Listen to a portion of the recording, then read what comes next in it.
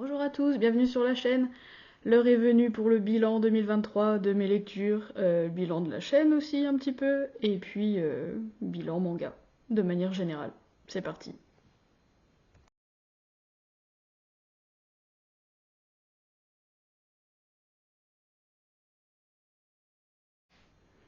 On va commencer par le bilan de la chaîne.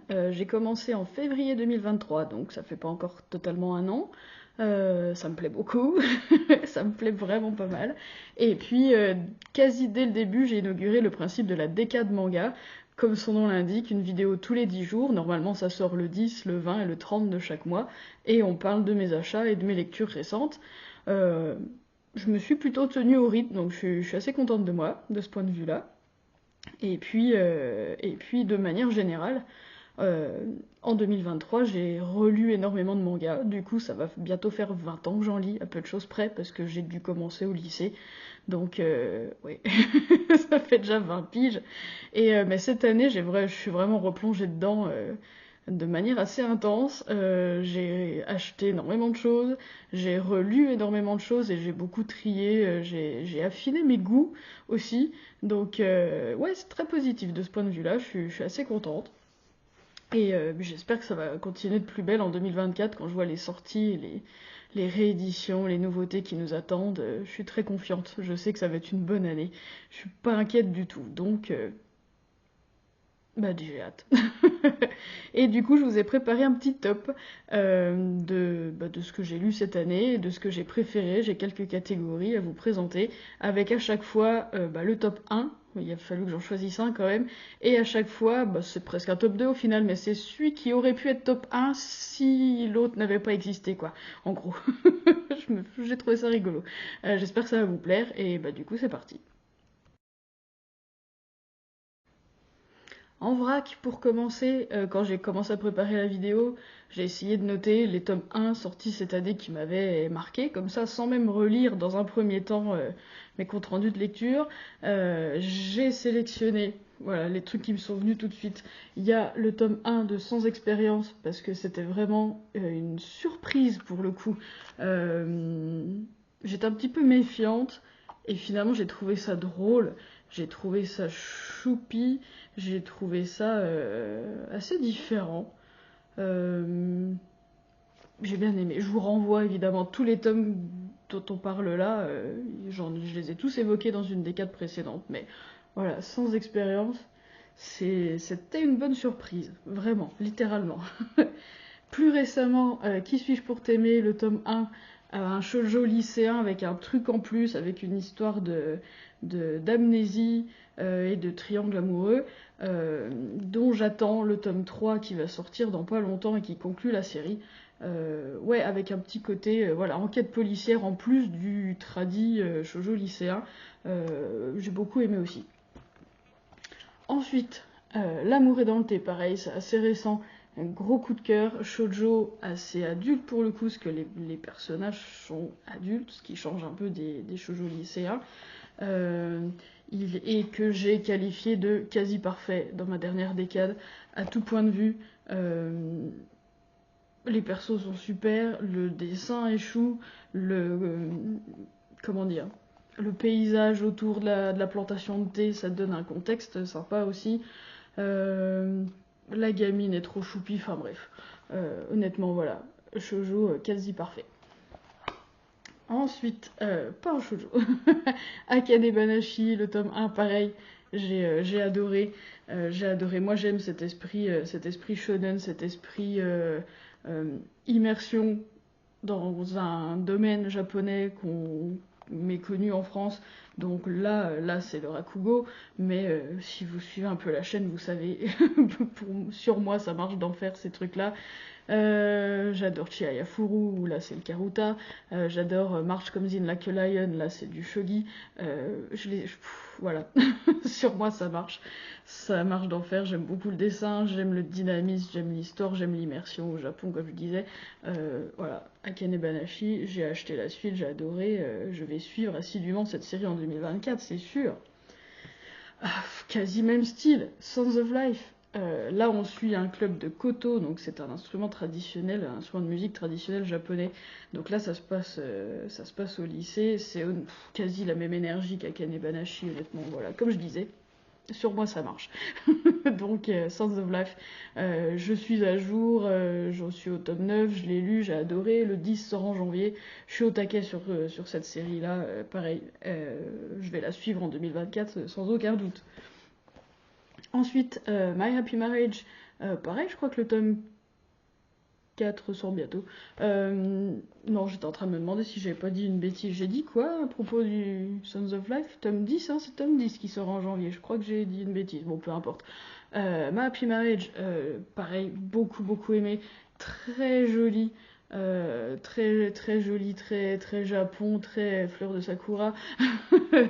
Un joli shoujo, plus adulte aussi, avec une intrigue politique, avec un petit peu de pouvoir magique aussi. Ça a l'air dit comme ça, on a l'impression que c'est un peu fourre-tout, mais non, c'est très bien mené. Ouais, très hâte de lire la suite. Pareil, série que je vais suivre en 2024, c'est certain. Et puis, Irayasumi, le meilleur tranche de vie que j'ai lu récemment, et pourtant j'en lis pas mal, mais celui-là est tellement bien. Ah oui, rien que de refeuilleter 2-3 planches comme ça. Pareil, le tome 4 sort en janvier, il me semble. Donc, le planning des sorties de janvier, c'est ouf, là je suis concernée par un tas de trucs. Ouais, Irayasumi, le dessin est super aussi, le format est chouette, les personnages sont super. C'est un ode à la vie tranquille, et sur moi ça marche. Voilà pour les tomes 1 sortis 2023 qui m'ont plu, dont je suis. C'est des séries coup de cœur, quasi toutes, c'est en tout cas des séries que j'ai continuées, où je suis à jour et que je compte continuer, ce qui est assez. Ce qui mérite d'être notifié, puisque moi je suis quand même relativement du genre à laisser tomber assez vite une série. Si le tome 1 me fait chier, j'ai vraiment pas le courage d'aller voir plus loin, je vois pas l'intérêt. Ça peut-être que je passe à côté de certains trucs, hein, mais pour moi, si dès le premier je suis pas conquise, j'ai pas l'énergie d'aller voir plus loin. Bref, voilà pour en vrac les tomes 1, dont on va reparler de certains qui vont être nommés top du top dans leurs catégories respectives. On continue. Quand j'ai préparé la vidéo, je voulais faire une catégorie meilleur dessin. Et en fait, j'ai pas réussi à trancher parce que chacun dans leur style, je les trouve tous trop beaux, quoi. Donc, tous ceux que j'ai cités là, vraiment, je les trouve beaux et ils auraient pu être nommés. Et ils auraient pu être nommés largement dans la catégorie meilleur dessin. J'ai pas réussi à trancher. Du coup, j'ai fait une catégorie meilleur cover. Je me vade un tout petit peu, je me cache. Comme je vous disais, ça aurait pu être l'atelier des sorciers. Honnêtement, les covers sont magnifiques. Là, pour Noël, en plus, j'ai eu le tome 12 avec le puzzle que j'ai fait hier, qui est trop beau quand même, faut avouer. Ça aurait pu être l'atelier des sorciers, ça aurait pu être My Happy Marriage, parce que franchement, les covers sont magnifiques aussi. Mais j'ai opté pour les carnets de l'apothicaire, où là, il y a une continuité dans les couvertures, même maintenant avec une dizaine de tomes. Il y a une continuité et un choix de couleurs magnifique. Donc, pour moi, les plus belles covers sur le marché en ce moment, c'est les carnets de l'apothicaire. Ensuite, pour moi, le meilleur tome de shoujo sorti cette année, ça aurait pu être My Happy Marriage. Décidément, encore lui, il frôle le top à chaque fois, mais malheureusement, il se fait détrôner. Ça aurait pu, mais comme je le disais, il y a L'amour est dans le thé qui est sorti entre temps. Et j'ai préféré. J'ai préféré, que vous dire. Vraiment, ils sont exceptionnels tous les deux, hein, mais L'amour est dans le thé, ça m'a plus fait rire, ça m'a plus, je sais pas, au niveau personnage. Non, je sais, c'est dur, hein, c'est dur de les départager, mais j'ai choisi L'amour est dans le thé. Mais ma Happy Marriage, encore une fois, c'est super, j'ai trop hâte d'avoir la suite, et comme je vous disais, c'est riche, c'est un univers riche, il y a plein de facettes à l'histoire, il y a des super personnages aussi, il y a des dessins et des covers trop belles. Ne passez pas à côté de ma Happy Marriage si vous aimez le shoujo, mais voilà, dans deux univers différents, vraiment, ils sont super, il faut lire les deux du coup. La catégorie meilleur manga tranche de vie, ça aurait pu être Cette vie auprès de toi, que j'ai beaucoup aimé, qui a un dessin très fin, très rond, euh, trop choupi, une ode à la vie peinard sur une petite île avec entre un papa et son fils, vraiment c'est trop chou. J'ai lu la suite, j'en suis au tome 3, ça se déroule bien, voilà, c'est tranquille, c'est plein de bonnes ondes, c'est très tendre. Ça aurait pu. Celui-là est super, hein. Ça aurait pu, mais malheureusement, malheureusement, pour Cette vie auprès de toi, il y a Hirayasumi qui est sorti. Si vous suivez un peu de contenu YouTube, manga, tout le monde en parle et ben, moi aussi, moi aussi parce que c'est vraiment super.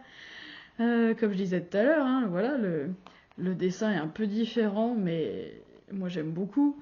Les persos sont super, c'est très l'histoire avec la mamie dans le premier tome, c'est tellement chou, tellement touchant. Bref, encore une fois, hein, lisez les deux, c'est pas la question, mais si vraiment faut les départager, Iriyasumi remporte tous les suffrages et avec raison, hein, il est pas surcoté du tout, il est juste exceptionnel. Voilà.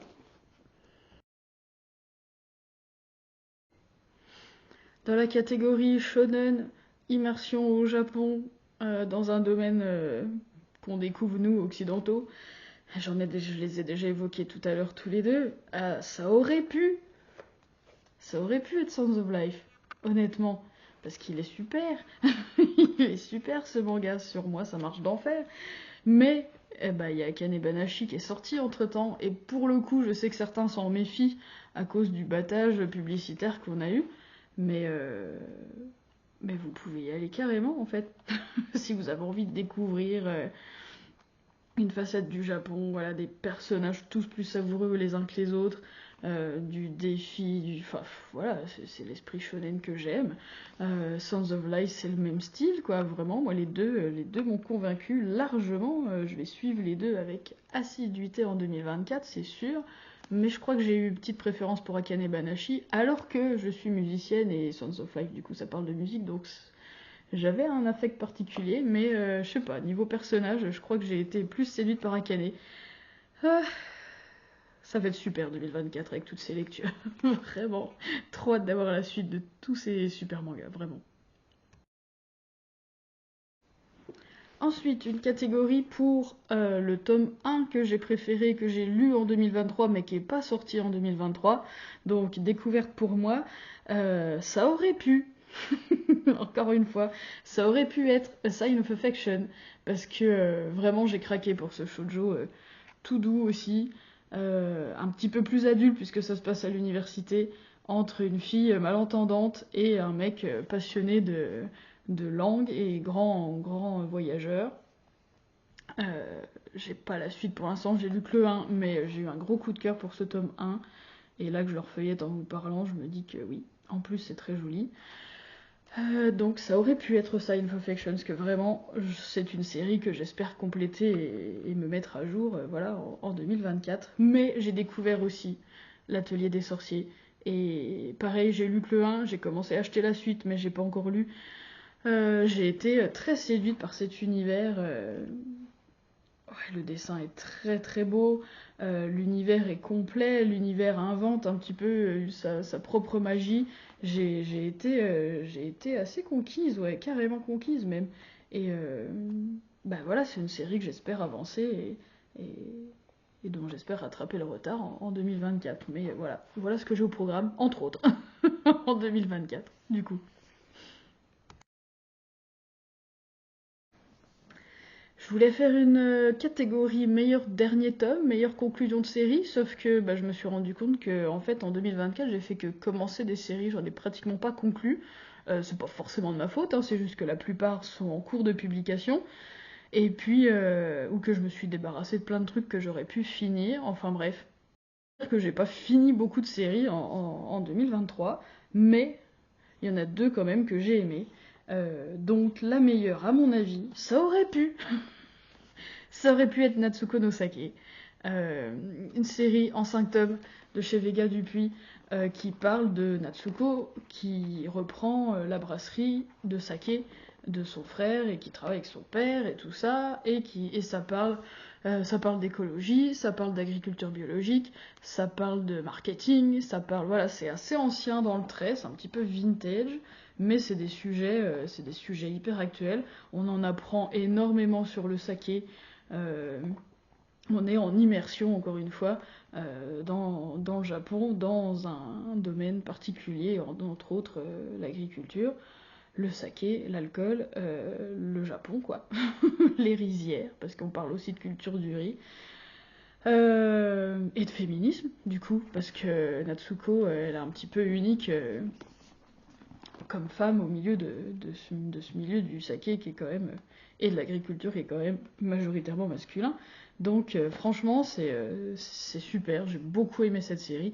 Un petit peu dense, comme vous voyez, c'est 5 gros tomes, mais ouais, vraiment j'ai beaucoup aimé Natsuko no Sake, mais j'ai lu aussi Trait pour Trait, pareil, c'est en 5 tomes, c'est de Akiko Gashimura, que j'aime beaucoup, j'ai déjà lu pas mal d'œuvres d'elle, on en reparlera un petit peu plus tard dans la vidéo, soit dit en passant.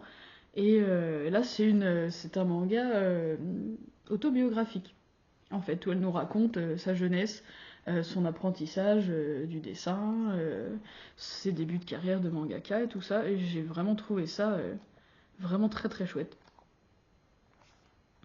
Ouais, je crois que j'ai envie de le relire. On a parlé assez peu de cette série, je crois, mais moi je la défends pas mal. Si vous voulez une série courte avec voilà moi c'est un truc qui me passionne assez, les dessous de la création, les dessous de l'inspiration, le travail du manga, les coulisses du manga. Moi ça me plaît beaucoup, ça m'intéresse beaucoup. Donc voilà, Trait pour Trait, je la conseille. Et puis Natsuko no Sake aussi dans un tout autre registre, mais ouais, les deux vous pouvez y aller les yeux fermés. Je suis contente, j'ai eu des bonnes lectures en 2023, mais je vais quand même être obligée de faire un petit aparté sur les déceptions. J'ai quelques flops quand même. Et je parle bien de déception, encore une fois. Je ne remets pas en cause votre possible amour de la série que je vais présenter dans mes flops perso. C'est perso. Et c'est juste que, je sais pas, peut-être que je pensais à autre chose, peut-être qu'en ayant lu le synopsis, je m'attendais à autre chose, peut-être qu'en connaissant l'auteur, je m'attendais à autre chose. Ouais, en gros, c'est ça les raisons. Et puis bah du coup la plupart des tomes je peux plus vous les présenter parce que c'est même des trucs que j'ai revendus quasi. Dans les pires déceptions il y a Dreaminson, j'en ai déjà parlé, j'ai arrêté la série au tome 4 et pourtant lui j'aurais largement pu le mettre dans les meilleures covers, qu'est-ce qu'elles sont belles. Mais si j'aime que la cover, si j'aime pas le contenu du manga, c'est un peu triste du coup. Bref, Dreaming Suns, pourtant ça partait bien, pourtant c'est une très belle réédition. Mais non, l'histoire prenait pas le tournant que j'attendais. Je trouvais ça un petit peu, je sais pas, à la fois un peu fouillis et en même temps un peu vide, où pour l'instant, les points de départ que j'aimais bien dans l'intrigue du départ étaient plus abordés après, et ça m'a gêné.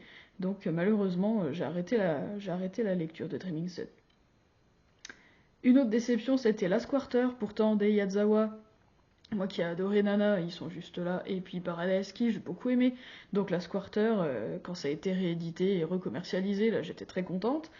J'ai lu l'intégrale en 3 tomes et en fait ça me... à part que j'étais contente de retrouver le style graphique, j'ai pas accroché du tout. J'ai trouvé ça difficile à lire, j'ai trouvé ça dense. Et puis le côté fantôme, paranormal, confusion comme ça... ça a pas du tout marché sur moi et du coup je l'ai même revendu. Voilà. Un peu déçu. Comme je disais, déception 2023, ça en fait partie. Dans les déceptions, il y a eu Réimp aussi. Comme je disais, moi les coulisses du manga ça m'intéresse beaucoup, donc Réimp, a priori c'était fait pour moi. Et là c'est les dessins qui m'ont freiné. Ouais, vraiment, j'avais trouvé, pareil, je les ai revendus, j'avais trouvé les peut-être 3 ou 4 premiers tomes sur Vinted, en bon état, bonne affaire, machin, et ouah, j'arrivais pas, je trouvais ça vraiment pas beau pour le coup. Ouais, non, j'ai pas réussi. Vraiment là, les dessins, ça m'a trop freiné.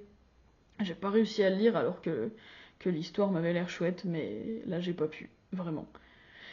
Ensuite, dans la catégorie, pourtant j'aimais l'autrice, mais cette œuvre-là d'elle, ça a pas marché sur moi du tout. Il y a eu Gourmet Détective et Fake Affair, les deux sont de, j'en parlais, Akiko Higashimura. Gourmet Détective, non, ça a pas marché, c'était... Non, pas du tout, j'ai pas aimé du tout. Et Fake Affair non plus, mais là c'est parce que c'est une histoire de mensonge et je suis allergique à ces histoires-là, mon dieu quel enfer. Alors que c'était joli en couleur, Fake Affair et tout, mais non, aucun, ni l'un ni l'autre, ça n'a pas marché sur moi, à mon grand dam, puisque comme je vous dis, j'essaye de lire tout ce que l'autrice fait, mais ces deux œuvres-là, ça, non, pas possible, je n'irai pas la suite, j'ai même revendu, c'est déjà parti. Voilà. Voilà pour les flops 2023 en ce qui me concerne. Euh, Ce qui n'engage que moi, encore une fois. Du coup, on va remonter l'ambiance et on va partir sur. On va partir sur mes bonnes résolutions 2024, sur les séries qu'il faut que j'avance, que j'ai découvertes cette année et qui me plaisent et que j'ai envie de continuer. Il y a Isabella Bird, dont j'ai découvert le tome 1, j'ai beaucoup aimé, donc je vais essayer de les grappiller en occasion à droite à gauche, mais j'ai très envie de continuer cette série. On en parlait tout à l'heure, les carnets de l'apothicaire, pareil, j'ai très envie de continuer, d'avancer petit à petit. Ça suit son cours, je les trouve d'occasion au compte-gouttes, j'aime beaucoup. J'en suis au 4 ou 5 par là, 4 je crois. Pareil, je vais continuer. L'atelier des sorciers, pareil, je vous disais, j'ai quelques tomes là que j'ai achetés qu'il faut que je lise, et puis je vais rattraper petit à petit, tranquillement. Les mangas Pokémon, de manière générale, je vais essayer d'avancer. L'annonce qui m'a fait tomber de ma chaise et qui m'a fait ma journée, l'annonce d'une édition, ah j'ai plus le terme exact, est-ce que c'est Prestige? Je crois que c'est Prestige, une édition Prestige de Nodame Cantabile. Je suis pas sûre que vous connaissiez ce manga. C'est l'aventure d'étudiants en fac de musique. Et moi, j'ai commencé à la lire, j'étais en fac de musique, c'était super. Mais ça sortait... Pourtant, c'était déjà fini au Japon, j'ai pas compris pourquoi elle sortait avec un rythme de publication si espacé entre les tomes. C'était une série en 25 et il me manque les deux derniers. Les dernières sorties, il fallait vraiment aller l'acheter le jour J pour être sûr de le trouver en librairie. Et encore, plus d'une fois j'y suis allée et même s'il venait de sortir, j'étais obligée de le commander. Et puis au fur et à mesure, ça a mis tellement de temps, j'étais plus en fac, j'avais plus l'occasion d'aller sur Dijon si régulièrement.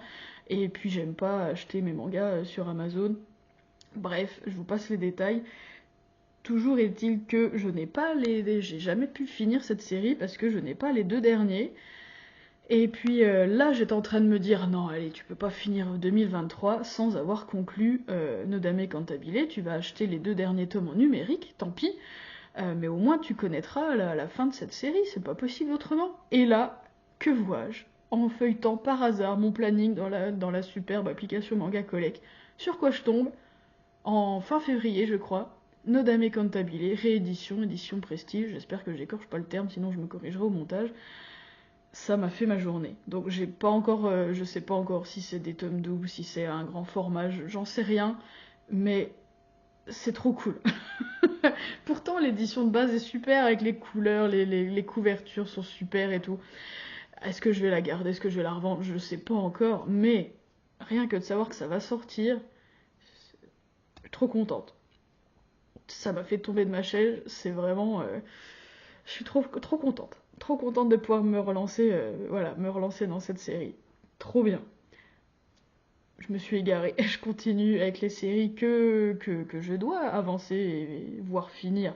Il y a Arte aussi, il faut que je rattrape. J'aime beaucoup cette série. Ça se passe à la Renaissance, ça parle de peinture. J'aime beaucoup, là j'ai un retard de fou, mais j'espère bien rattraper en 2024. Dans le même... J'allais dire dans le même style, non pas tout à fait, là ça parle de manga. J'ai découvert Rin récemment. plutôt bien, c'est du même auteur que Beck. J'aime plutôt bien, c'est un peu difficile à trouver d'occasion, donc je les trouve un peu au compte-gouttes comme ça, mais j'espère pouvoir continuer. Il y a j'ai pas réussi à le dire. Sexy Cosplay Doll. J'ai lu le 1, j'ai plutôt bien aimé. Ouais, je crois que j'ai plutôt envie de continuer finalement. J'ai laissé reposer quelques mois, puis là j'y repensais. Finalement, c'est peut-être pas si mal. Je pense que je vais le trouver d'occasion, pas trop difficilement. Donc pareil, je pense que c'est une série que je vais essayer de continuer en 2024 pour me mettre à jour. Et puis, ça on verra. Gros chantier, mais j'en ai parlé je crois dans la dernière décade. Euh, non, peut-être pas encore. Ah non, peut-être que vous le savez pas encore, mais j'ai lu, enfin, le tome 1 de One Piece. Et j'ai bien aimé, franchement j'ai bien aimé. Donc, je pense que c'est une série que je vais m'offrir plutôt en numérique. J'ai encore quasi jamais lu de manga en numérique, mais là, One Piece, est-ce que vraiment je me lance là-dedans? Euh, En même temps, il y a des jolis coffrets, quoi. Et en même temps, j'ai déjà plus beaucoup de place. Je sais pas, franchement, je me tâte, mais ouais, je pense que pour une fois, c'est une série que je vais commencer en numérique. À voir. On en reparlera évidemment en 2024. Pour l'instant, je suis pas encore fixée. Mais voilà, affaire à suivre. Ensuite, on peut parler des séries que j'ai derrière moi et où je suis très en retard niveau lecture et que je compte bien détruire dans ma palle bientôt. Donc, pour commencer, Princesse Jellyfish. Je vous en ai déjà parlé plein de fois, je sais pas pourquoi je vous montre du doigt comme ça. Je me montre du doigt moi-même. Marie, cette année, tu lis ces séries-là, tu les conclus. Princesse Jellyfish, que j'ai relu courant 2023, mais pas tout à fait, je crois que je suis au tome 10, faut que j'aille jusqu'à la fin, jusqu'au 17. Tant qu'à faire, ça serait bien. Il y a Spy Family aussi, j'ai lu les peut-être 2 premiers, je me suis arrêtée là, mais je crois que j'ai acheté au moins jusqu'au 10. Ça serait peut-être bien que ça soit lu quand même. Il y a Orange aussi qui est juste. Ah, loupé, et qui est juste là derrière moi. J'avais lu jusqu'au 5 à l'époque quand ils nous avaient fait croire que la série se concluait en 5 tomes, et en fait ils ont ressorti après les 6 et 7 que j'ai pas lu, donc je voudrais me refaire l'intégrale d'Orange, c'est prévu. Ensuite, ça j'ai commencé Cardcaptor Sakura, faut que je lise l'intégrale, là j'ai relu le tome 1 double, c'est super en fait, j'aime beaucoup, donc je vais lire tout ça, et puis peut-être même la suite du coup Clearcard Arc, fort probable que ça arrive dans ma palle en 2024. Et puis, pour finir, une sacrée mamie, j'en suis au tome 2, c'est le genre de manga que je picore comme ça, parce que voilà, c'est plus des tranches de vie, donc je lis ça à droite, à gauche. Il faut que je lise absolument et que je finisse une sacrée mamie. J'en suis au tome 2, il y en a 5. C'est des gros tomes doubles, mais voilà, c'est pile le genre de truc que tu laisses sur la table de nuit et que tu lis un chapitre par-ci par-là. Donc voilà, une sacrée mamie, Cardcaptor Sakura, Orange, Spy Family, Princesse Jellyfish.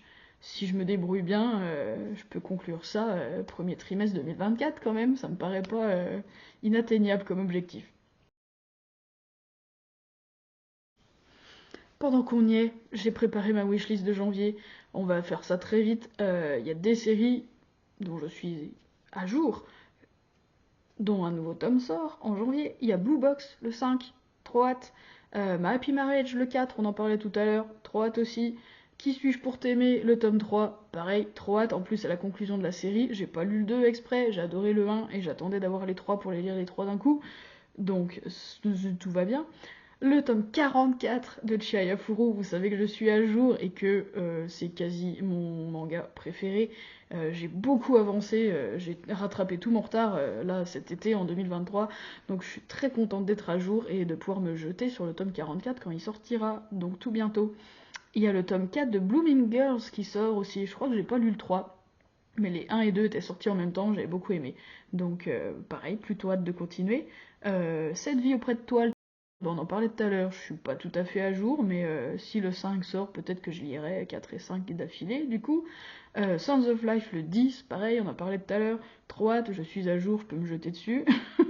Hirayasumi, le 4, trop bien. Je suis à jour aussi, je peux aussi me jeter dessus.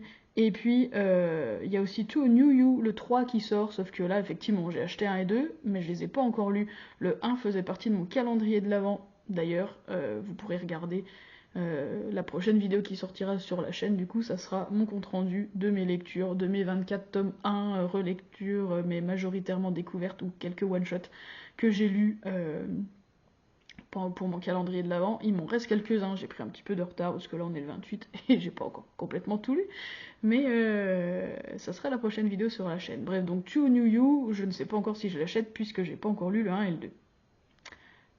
Ensuite, il y a des suites de séries dont je ne suis pas à jour, qui sortent courant janvier, ou des suites de séries que j'ai pas encore commencé, mais que voilà, je surveille, je me tiens à jour, on verra. Il y a Le Vendeur du magasin de vélo, tome 3, qui sort, ça me paraissait sympa, à voir. Il y a le tome 11 de Frieren qui sort, alors moi j'en suis au 5, je crois, un truc comme ça, mais voilà, ça continue de sortir, donc je surveille. Il y a Le Gros Chat et la Sorcière Grincheuse, le tome 3 qui sort, ça a l'air très choupi ce truc, donc je voudrais bien feuilleter et voir à quoi ça ressemble. Il y a le tome 7 de A Sign of Affection, comme je disais tout à l'heure, ça va faire partie des séries. Ça va faire partie des séries que je vais suivre en 2024, mais là j'ai lu que le tome 1, donc j'en suis pas encore au 7 à suivre. Le tome 3 de Mars qui sort, la réédition, là en gros tome de ce shoujo. J'ai feuilleté l'autre fois, j'ai pas été subjuguée par les dessins, c'est quand même un petit peu vintage à mon goût. À voir.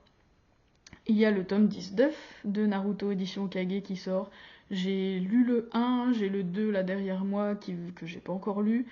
Je sais pas. Honnêtement pour l'instant je sais pas.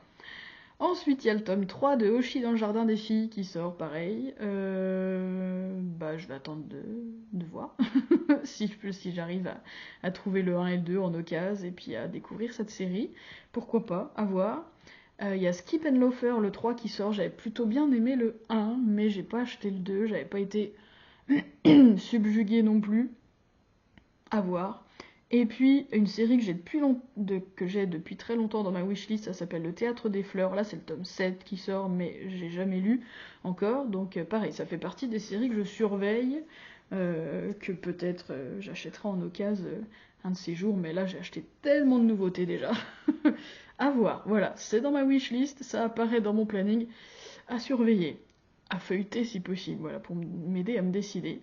Et puis, il y a des nouveautés aussi qui me font un petit peu de l'œil. Il y a un truc qui s'appelle The World is Dancing. Mais pour l'instant, j'ai pas de synopsis, donc je me fie juste à la couverture. À voir. À feuilleter. Il y a un truc qui s'appelle What Did You Eat Yesterday, qui a l'air plutôt sympa. À voir. Au creux de nos mains. Pourquoi pas. Comme une famille, ça a l'air très chou. Pourquoi pas aussi. L'enfant en moi, j'en ai entendu parler pendant le dernier live, Glénat. Sujet assez peu abordé, une grossesse adolescente, à voir, mais a priori, pourquoi pas. Et puis, Dans un recoin de ce monde, c'est une réédition, ça a l'air très beau, et je crois que les 2 tomes sortent d'un coup. Ça, c'est fort probable, peut-être à feuilleter pour vérifier, mais voilà les sorties de janvier. Ça fait beaucoup. Ça fait beaucoup, sans compter toutes les super séries que j'ai découvertes assez récemment, là, en décembre, grâce à mon calendrier de l'Avent, où je me suis dit, le tome 1 est super, j'ai trop envie d'avoir la suite. À gérer. J'ai un budget à gérer. Mais ouais, là, en tout cas, tout ce qui... Les premières que je vous ai citées, là, des séries où je suis à jour, déjà là, j'ai déjà 9-10 tomes, là. Donc c'est déjà pas mal. On verra.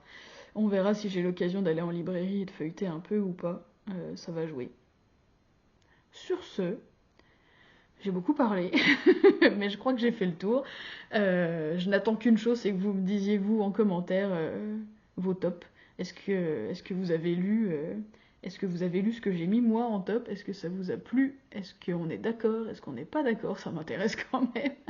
Et puis, sur ce, je vous souhaite une très bonne fin d'année. Je vous souhaite aussi, même si c'est un petit peu en avance, une très bonne année 2024, bourrée de bonnes lectures et de bonnes ondes. Et puis, je vous dis à très bientôt.